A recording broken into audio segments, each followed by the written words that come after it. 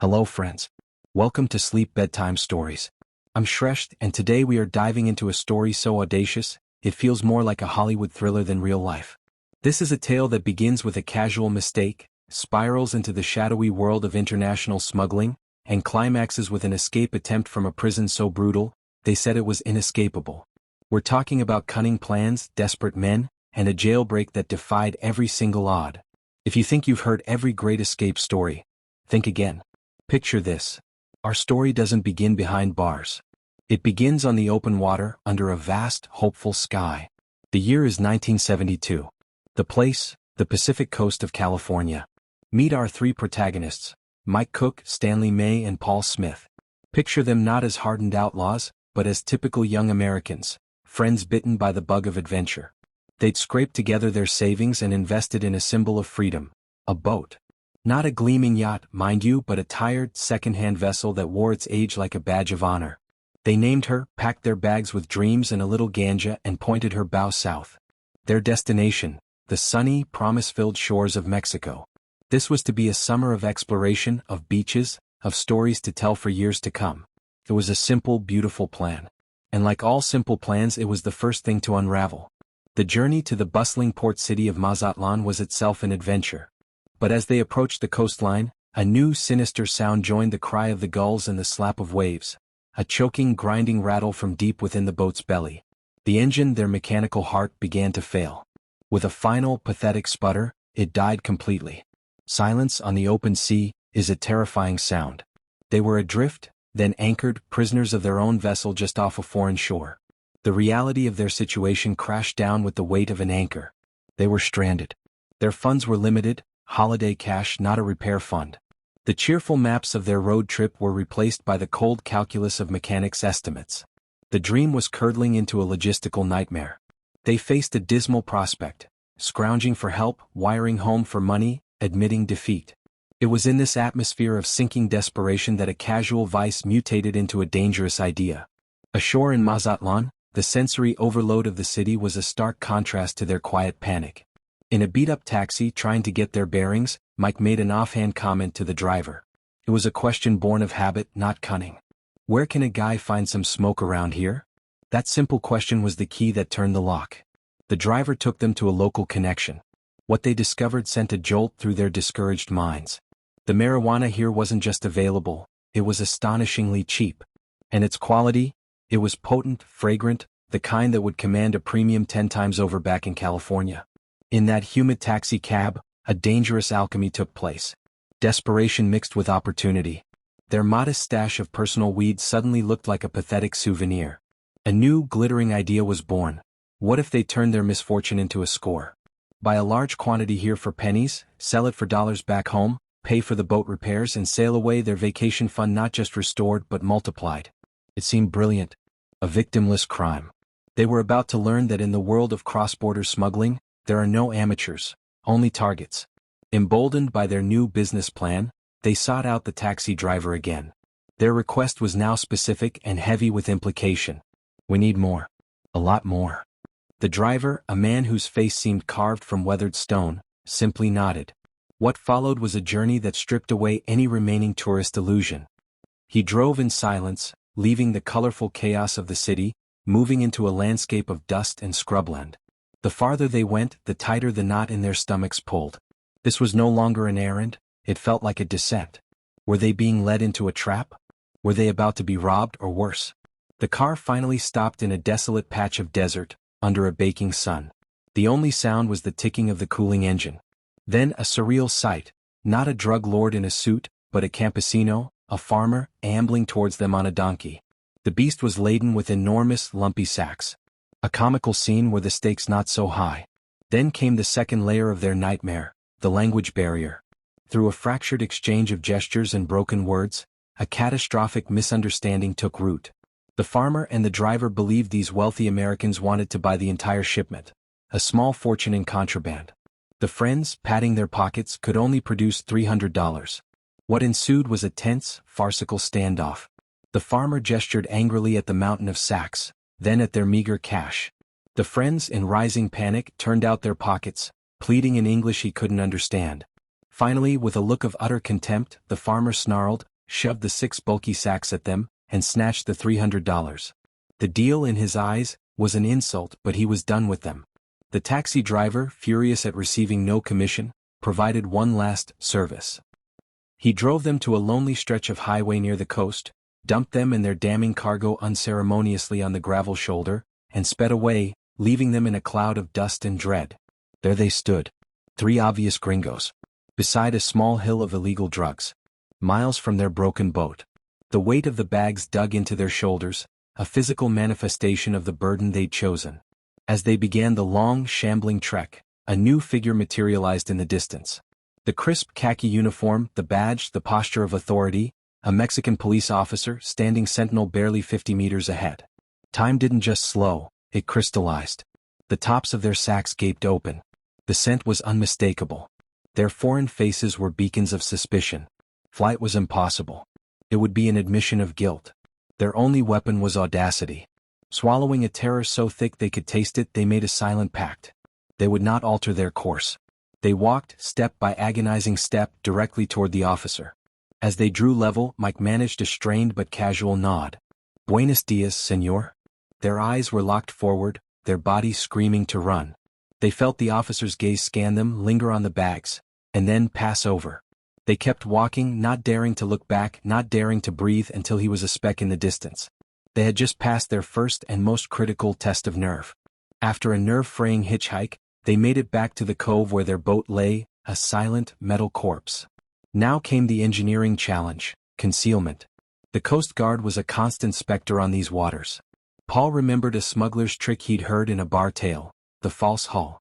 It was a delicate, destructive operation. With a knife, they carefully cut into the fiberglass floor of the cabin. They hollowed out a compartment, a secret womb within the boat structure. One by one they packed the dense, fragrant bricks inside. The final, crucial step was the seal. Using resin and fiberglass matting, they painstakingly recreated the hull's interior. When they were done, they ran their hands over the surface. It was smooth, seamless. To any inspector, it would be just the floor of a cheap boat. A masterpiece of amateur deception. But their triumph was hollow. They turned the key. They prayed. The engine only replied with a deafening, definitive silence. It wasn't sleeping, it was dead. The repair was beyond their skill and their remaining funds. The very vehicle for their escape and their smuggling operation was a stationary tomb. Hope once again began to bleed away. Salvation seemed to arrive in the most unlikely form. 2 fellow Americans, Frank and Dan Sierra. Charismatic, weathered by the sun, they presented themselves as good Samaritans of the sea. They heard the tale of the broken engine with sympathetic smiles. "Tough break, amigos. Look, we're heading back to the States tomorrow. Our boat's got room. Consider it a tow from the universe." The relief was euphoric. They borrowed a few dollars for supplies and, under the cloak of a moonless night, performed a secret operation. They carefully extracted the marijuana from its hiding place and transferred it to sturdy duffel bags for the journey ahead. They agreed this was their secret. No need to involve the kind Sierra brothers in their small-time scheme. The next morning, aboard the brothers' much more powerful vessel, the mood was light. Frank passed around an expertly rolled joint. The sea was calm, the future seemed to brighten. Then, as they watched the Mexican coastline shrink, Frank gestured vaguely around the deck with his cigarette. "You know," he said, his tone conversational, "there's about a ton of really good product stored in the compartments below us." The laughter died. The 3 friends stared, their brains struggling to process the number. A ton? Their own 10 kilos, which had felt like a monumental risk, was a rounding error compared to this. They weren't passengers on a rescue mission. They were unwitting, tiny fish who had swum into the mouth of a whale. Frank, reading their abject terror, leaned in. His voice dropped, not with menace but with businesslike clarity. "Help us offload when we make landfall. Do your part. And we'll give you $100,000 for your trouble." The figure hung in the salty air, monstrous and magnetic. It was more money than they could fathom. It was an escape from every financial worry they'd ever had. In that moment, fear and greed fused into a single, compelling force. They looked at each other and with a silent, grim understanding, they nodded. They were in. The following week was a masterclass in sustained anxiety. Every distant speck on the horizon was a potential Coast Guard cutter. The boat itself felt heavier, slower, burdened by its secret. The camaraderie was gone, replaced by the tense silence of co-conspirators. Then, on a night so black the sea and sky merged, catastrophe struck. Paul was at the helm. A sudden, grinding shudder racked the entire vessel, the sound of metal screaming against something immovable. A submerged log, a forgotten shipwreck? It didn't matter. The impact threw everyone from their bunks. Immediately, the cold, shocking sound of rushing water filled the hold. The boat had been gutted. Icy Pacific water poured in, mingling with the now buoyant, ruined bales of marijuana. The ship was going down fast.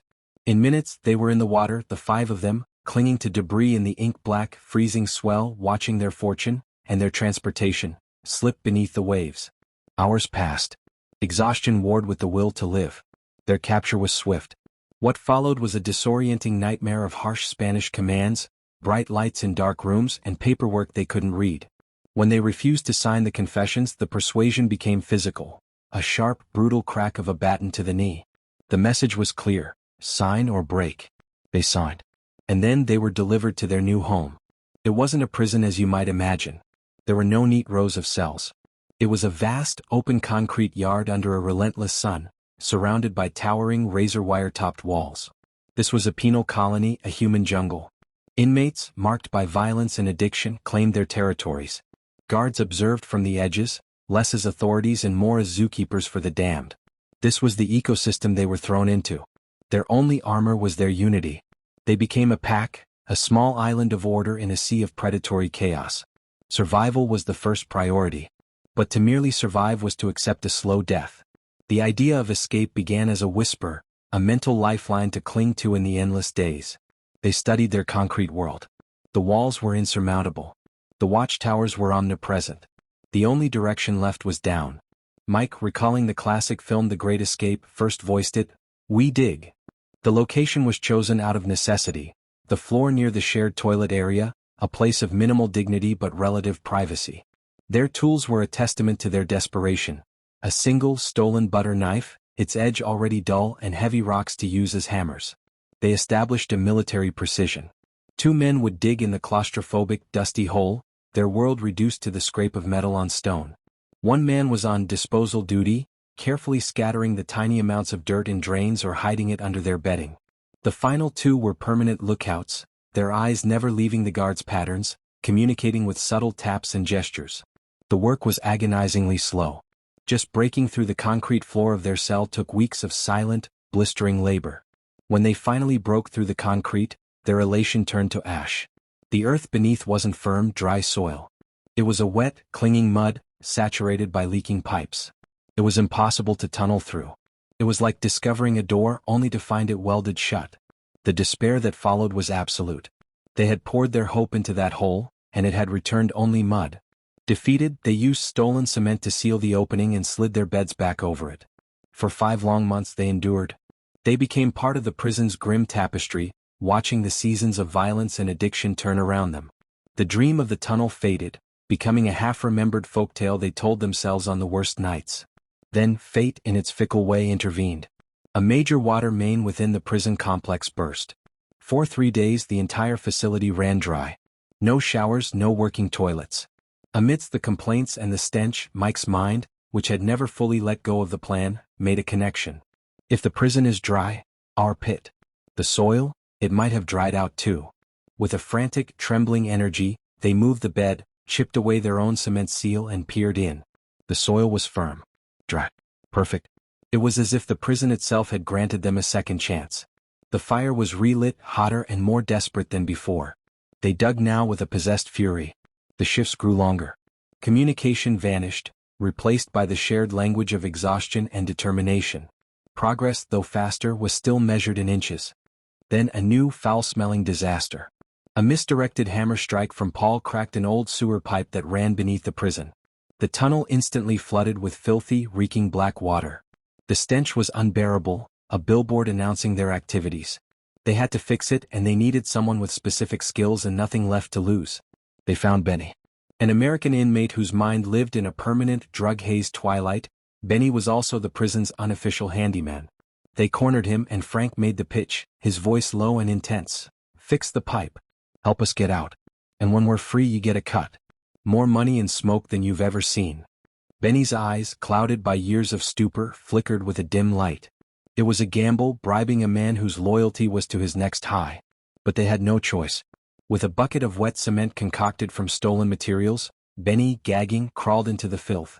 He patched the break. He bought their secret a little more time. As they inched closer to the outer wall, the endgame logistics began. The Sierra brothers still had connections. Through a complex web of bribes and promises, they arranged for the final component. 2 getaway cars to be waiting at a precise, isolated location 2 nights hence. The date was set. Nature, however, decided to test them one last time. On the eve of their escape, a torrential, tropical storm hammered the prison. Rain lashed the concrete, and a torrent poured directly into their tunnel through the scouting hole. They huddled in their cell, listening to the deluge, each man convinced the tunnel would collapse, burying their hopes and possibly them. It was the longest night of their lives. At first light, the rain stopped. With dread they checked. Miraculously, the tunnel had held. Soggy but intact. It was a sign. They spent the day bailing out water with buckets, their final act of preparation. The night arrived. Their plan was a study in minute detail. First, they wore their clothes inside out. The tunnel would be filthy. This way they could emerge, turn their clothes right side out, and look relatively presentable. One by one they vanished into the earth. The crawl was an eternity in a damp, narrow coffin. At the tunnel's end, Stanley, whose job it was to open the final layer, worked with agonizing slowness, chipping away at the last inches of dirt and rock. He peeked through. His heart leapt into his throat. He was looking at the back of the prison's outer wall. The no-man's land between the walls was empty. The guard tower lights blazed, but they cast long, deep shadows. The path was clear. They emerged, one by one, into the cool night air behind the wall.